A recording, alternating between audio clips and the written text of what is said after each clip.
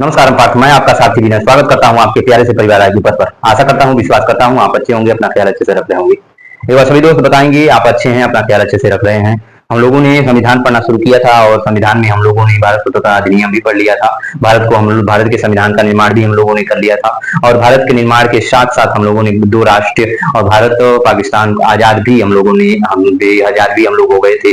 और उसके बाद जब हम लोग आजाद हो गए, आजाद होने के बाद हमारे भारत में ही जो देखोगे तो अब संघर्ष शुरू हो गया था। किसके लिए? कि मैं ये भाषा बोल रहा हूं, मुझे इस भाषा के हिसाब से मेरा अलग राज्य बनाओ।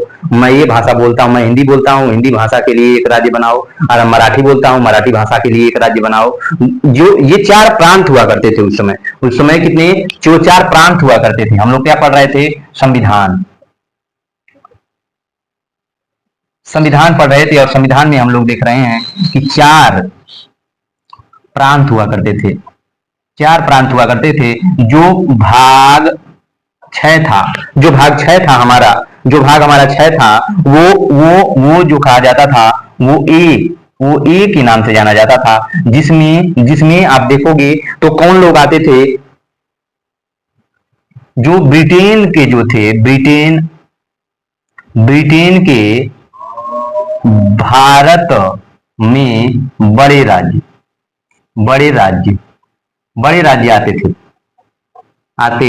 इसमें बड़े राज्य आते थे। इसमें कौन थे बड़े राज्य? इसमें बड़े राज्यों की संख्या आती थी, ठीक है। ये में फिर उसके बाद भाग सात में आप देखोगे, भाग सात में जो आप बी के नाम से जानते हो, बी के नाम से हम लोग जानते थे। उसमें कौन सी? उसमें देशी रियासतें आती थी। उसमें देशी रियासतें आती थी। देशी रियासतें आती थी। रियासतें मतलब जो हमारे छोटे छोटे राजा हुआ करते थे, वो लोग उसमें भाग बी में आते थे। वो लोग भाग बी या भाग सात में, वो बी ब्लॉक में आते थे, ठीक है। वो बी ब्लॉक के राज्य कहे जाते थे, ठीक है। तो उसके बाद आप देखोगे भाग आठ जो होता था हमारा, भाग आठ जो था जिसे सी कहा जाता है। सी में आप देखोगे तो छोटी रियासतें आती थी। छोटी रियासतें व कमिश्नरी क्षेत्र आता था। इसमें कमिश्नरी क्षेत्र आता था, ठीक है। इसमें कमिश्नरी क्षेत्र भाग 8 या सी में आता था, ठीक है। और भाग जो था, फिर उसके बाद लास्ट भाग जो हमारा था वो 9 था। भाग 9 था, 9 जिसे डी कहा जाता था। ये इसमें कौन कौन से? इसमें अंडमान निकोबार आता था। अंडमान निकोबार आता था। तो आप देखोगे जब हम लोग 1947 में हम लोग आजाद हो गए, अब सभी रियासतें अपने भाषा के हिसाब से राज्य का मांग करने लगी कि मैं ये भाषा बोलता हूं, मुझे अलग प्रांत बनाओ, इस जो प्रांत से बनाओ। उसी समय आप देखोगे तो एक आयोग आता है। वो एक आयोग आता है 1947 में। 1947 में एक आयोग आता है, यस के धर समिति। कौन आया? यस के धर समिति आई थी। यस के धर समिति आई थी। इसका कार्य क्या था? यस के धर समिति जो आई थी, इसका कार्य था कि भाषा के आधार पर राज्यों का गठन। भाषा के आधार पर राज्यों का गठन करना, ठीक है। इसका काम यही था कि भाषा के आधार पर राज्यों का गठन हो सकता है कि नहीं हो सकता है, वो आयोग लाया गया। मैंने आपसे पहले बताया कि जब हम 1947 में आजाद हुए तो आजाद होने के बाद एकीकरण शुरू होता है। एकीकरण हो गया। एकीकरण होते होते ही अब यहाँ पे लोगों में अफरा तफरी मच गया, किल्लतें बढ़नी शुरू हो गई। क्यों किल्लतें बढ़ी? कि जो दो घर के दो लोग जो थे, जैसे कि मेरा घर यहाँ है, बगल में एक घर है, तो ये क्या बोल रहा है? ये हिंदी बोल रहे हैं, ये अंग्रेजी बोल रहे हैं। ऐसे ही लोगों में मतभेद होना शुरू हुआ कि हमें भी अब कैसा किया जाए कि अंग्रेजी वाले को अलग जो प्रांत बनाया जाए, हिंदी वाले को अलग प्रांत बना जाए। ऐसे ही पूरे देश में ये फैल गया था, पूरे देश में ये फैल गया था। उसके लिए ये आयोग बनाया गया था, उसके लिए ये आयोग बनाया गया था। कौन? यस्केधर समिति बनाई गई थी 1947 में। यस्केधर जो थे ये अध्यक्ष थे, ये अध्यक्ष थे। ठीक है, तो फिर उसके बाद इसने अपनी रिपोर्ट दी, इसने अपनी रिपोर्ट दी 1948 में, इसने अपनी रिपोर्ट दी 1948 में। और उस रिपोर्ट में ये कहा गया, उस रिपोर्ट में ये कहा गया कि भाषा के आधार पर कहा गया, रिपोर्ट दी 1948 में। और उसने उस रिपोर्ट में ये कहा, उस रिपोर्ट ने ये कहा कि भाषा के आधार पर, भाषा के आधार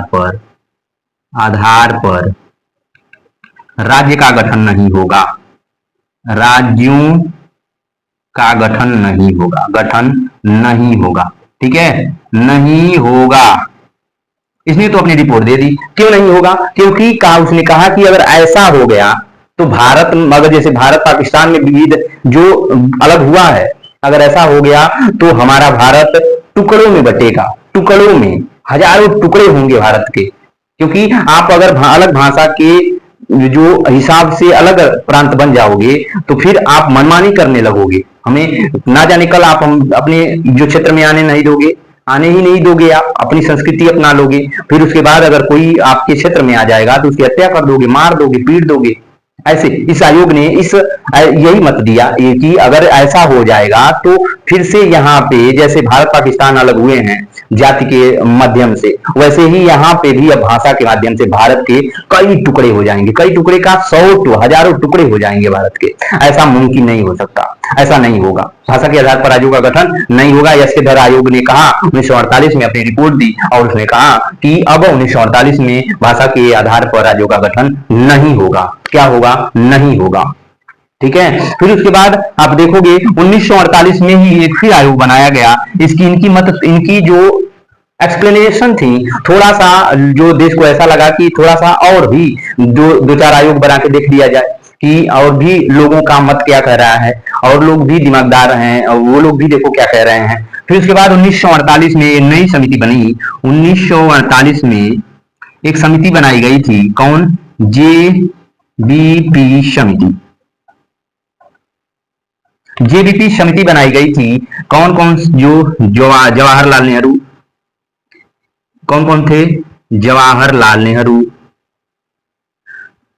लाल नेहरू भी, वल्लभ भाई पटेल। जेबीपी कमेटी बनाई गई थी। ठीक है, वल्लभ भाई पटेल कौन थे? वल्लभ भाई पटेल थे, वल्लभ भाई पटेल, वल्लभ भाई पटेल। और पट्टाभी सीतारमैया। कौन? पट्टाभी सीतारमैया, रमैया। कौन? रमैया, पट्टाभी सीतारमैया। इस तीनों जो थे सदस्यों ने मिलकर के एक समिति बनाई, पट्टाभी सीतारमैया। तो इन तीनों ने मिलकर के एक समिति बनाई थी जिसका नाम था जेबीपी समिति। क्या नाम था? जिनका नाम था जेबीपी समिति थी, जिसका नाम था जेबीपी समिति। इसने भी अपना रिपोर्ट दिया, इसने भी अपना रिपोर्ट 1949 में दिया, इसने भी अपना रिपोर्ट 1949 में दिया। और इसने क्या कहा? इसने देखोगे, इसने भी वही कहा जो यस्केधर समिति ने कहा था। इसने भी यही कहा जो यस्केधर समिति ने कहा था। तो इसने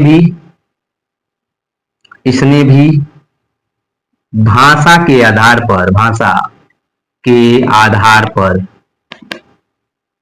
पर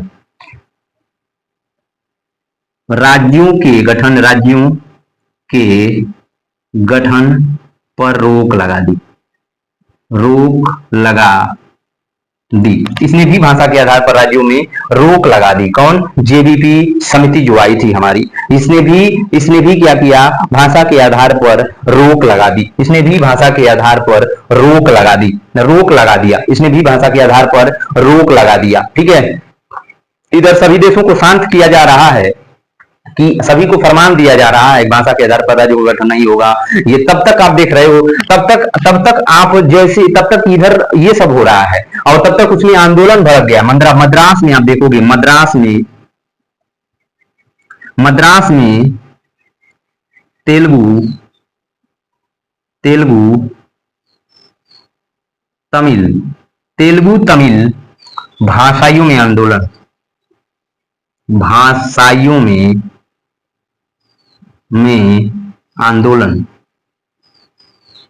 आंदोलन हो गया। तेलुगु तमिल जो बोलने वाले लोग थे, भाषाइयों में आंदोलन चलने लगा था। आंदोलन भाषा को लेकर के भाषाइयों में आंदोलन शुरू हो गया था। कहां पे?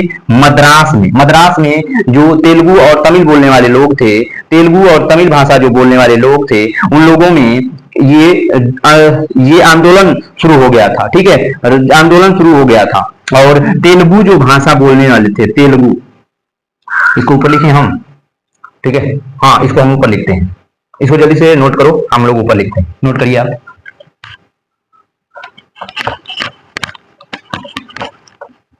जल्दी से। तो तेलुगु जो भाषा बोलने वाले थे, वो लोगों में एक अध्यक्ष थे, श्री रामुल्ली पोट्टी नाम था उनका। श्री रामुल्ली पोट्टी नाम थे। ठीक है, यहाँ पे हम लगा जाते हैं कि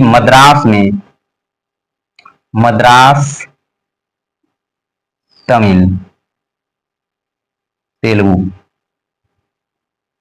ठीक है, तमिल तेलुगु भाषाइयों में आंदोलन। ठीक है, आंदोलन शुरू हो गया।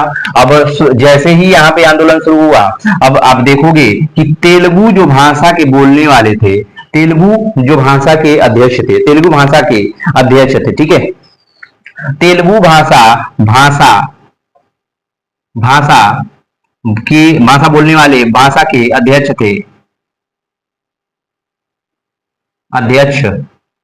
अध्यक्ष थे श्री रामुल्ली पोट्टू। क्या नाम था इनका? श्री रामुल्लू पोट्टी इनका नाम था।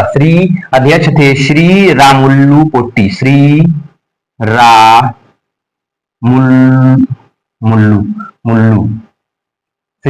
रामुल्ली पोट्टी। इनका नाम ही बड़ी अजीब है, श्री रामुल्ली पोट्टी।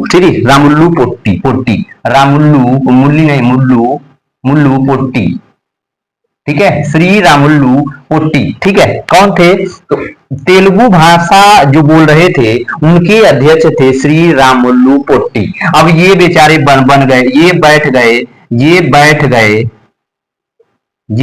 गए 56 दिन के आमरण अनशन पर। आमरण अनशन पर। अब ये बैठ गए थे आमरण अनशन पर, 56 दिन के लिए आमरण अनशन पे बैठ गए। 56 दिन के लिए आमरण अनशन पे बैठ गए थे। कब बैठे थे? 19 अक्टूबर 1952 से लेकर के, अब 52 से लेकर के 15, तो 15 दिसंबर 1956 तक। ठीक है, तो 19 अक्टूबर 1952 से लेकर के 19 अक्टूबर 1952 से लेकर के 15 दिसंबर 1952 तक ये बैठे गए 56 दिन की आमरण अनशन पर। ठीक है, और फिर उसके बाद उसी दौरान इनकी मृत्यु हो जाती है। ठीक है, उसी दौरान इनकी क्या होती है? मृत्यु हो जाती है। आमरण अनशन पे बैठे थे, लेकिन हम जो बैठे थे, और फिर उसके बाद 15 दिसंबर 1956 को 15 दिसंबर 1956 को इनकी मृत्यु हो जाती है। रामुल्ली पोट्टू की मृत्यु, रामुल्ली मुल्लू रामुल्लू पोट्टी की मृत्यु हो जाती है, मृत्यु हो जाती है। अब जैसे ही इनकी मृत्यु होती है, अब सरकार को ये लगता है कि अब ये आंदोलन, आक्रोश, अब जन जान के लिए खतरा हो जाएगा। अब जब ये आमरण अनशन पे बैठे थे, एक नेता मरा हुआ है, और जब नेता मरता है तो उसके पीछे जनता अंधी हो जाती है, उसे पता नहीं लगता कि वो क्या अनर्थ करेगी।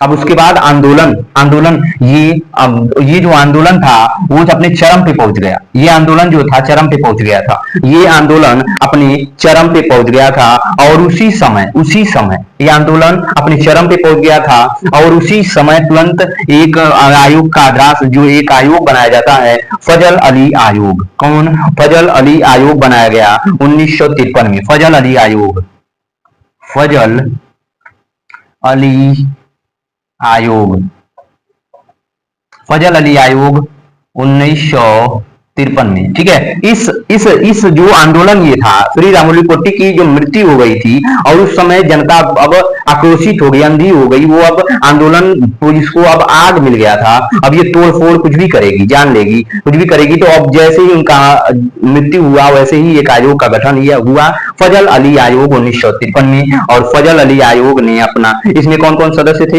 इसमें फजल अली थे, और फिर उसके बाद फजल अली जो थे अध्यक्ष थे, 3 सदस्य थे। फजल अली आयोग में आपसे क्वेश्चन पूछेगा कि कितने सदस्य थे? 3 सदस्य थे। एक ये फजल अली थे, एक तो क्या थे? फजल अली थे।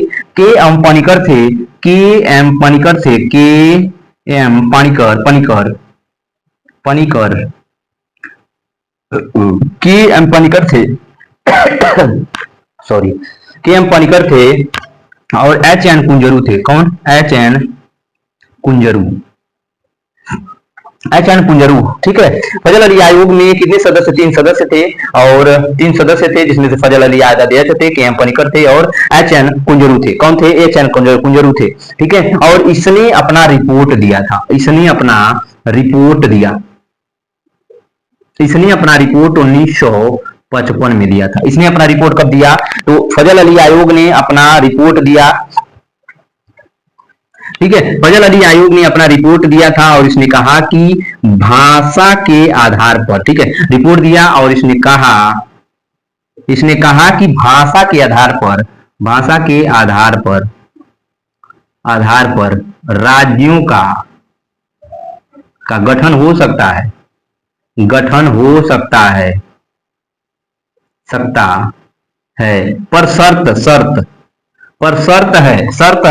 पर शर्त है कि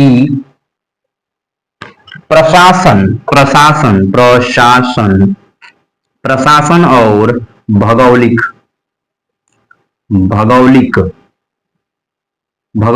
क्षेत्र को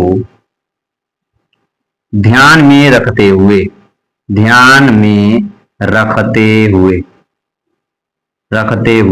प्रशासन, अगर देखा जाए कि हमारे कितने लोगों का, जो तुम्हारी अगर जनसंख्या अधिक है उसमें सभी लोग वही बोल रहे हो, तो भाषा के आधार पर आपका हो सकता है। अब भौगोलिक भी क्षेत्र देखा जाए कितना बड़ा है आपका, छोटा है तो नहीं हो सकता, बड़ा आपका भौगोलिक आधार भी देखा जाएगा और प्रशासनिक आधार भी देखा जाएगा। ये एक दिमाग इन लोगों ने ये अपनाया, और फिर उसके बाद इन्होंने शर्त भी रख दी। ठीक है, भाषा के आधार पर हो सकता है, और फिर उसके बाद आप देखोगे ये ध्यान में रखते हुए, वैसे ही अब जैसे ही आगे बढ़ोगे तो फिर उसके बाद राज्य पुनर्गठन आयोग आ गया। फिर उसके बाद जो 7वां संविधान संशोधन आया, फिर उसके बाद इसमें आया था,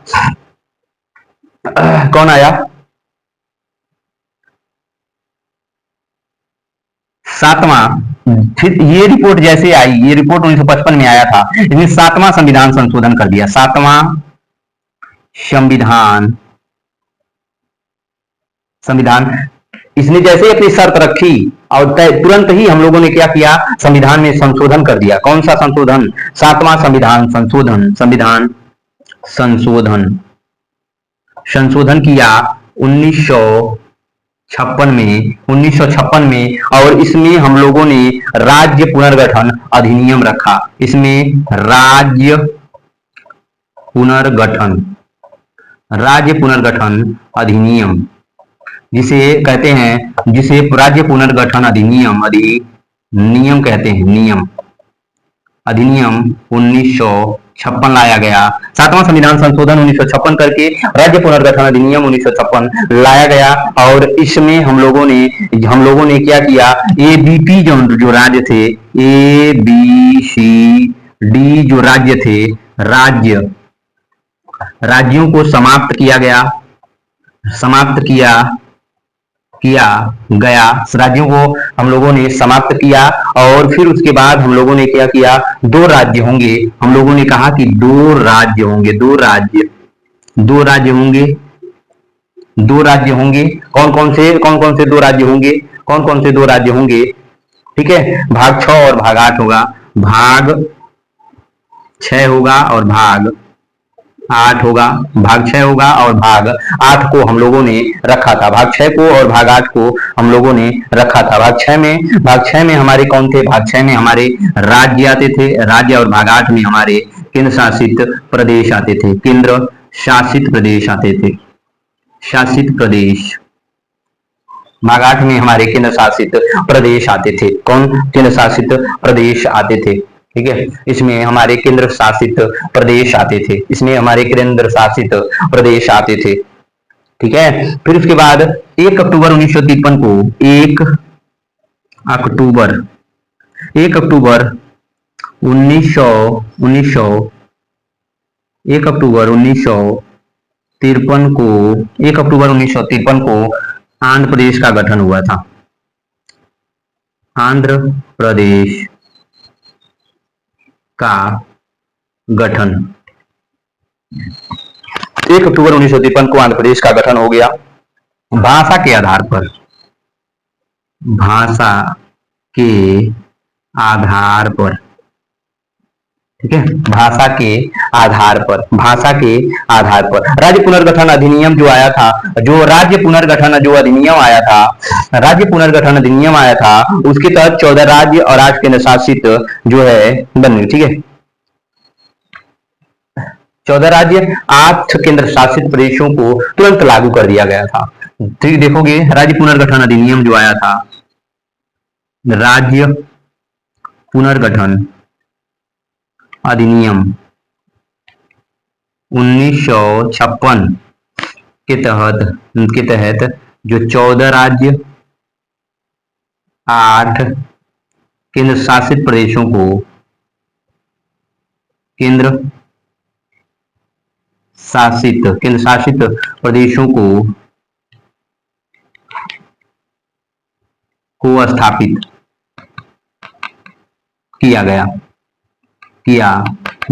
ताकि फिर से हमला या हल्ला ना हो सके। ठीक है, हर दिन छोटे छोटे टारगेट को लेकर के हम लोग आगे बढ़ेंगे। ठीक है, आज हम लोगों ने इतना चीज पढ़ा और कल हम लोग क्या राज्य पुनर्गठन अधिनियम 14 राज्य और 8 केंद्र शासित प्रदेशों के बारे में देखेंगे। और वैसे हम लोग प्रस्तावना के बाद हम लोगों ने पहले हम लोग ये भी देखेंगे कि स्रोत हम लोगों ने कितने देशों से क्या क्या लिया हुआ है, ये भी हम लोग कल देख रहे होंगे आगे। फिर अपना ध्यान रखिएगा, ख्याल रखिएगा, फीडबैक जरूर दीजिएगा। ठीक है, नमस्कार।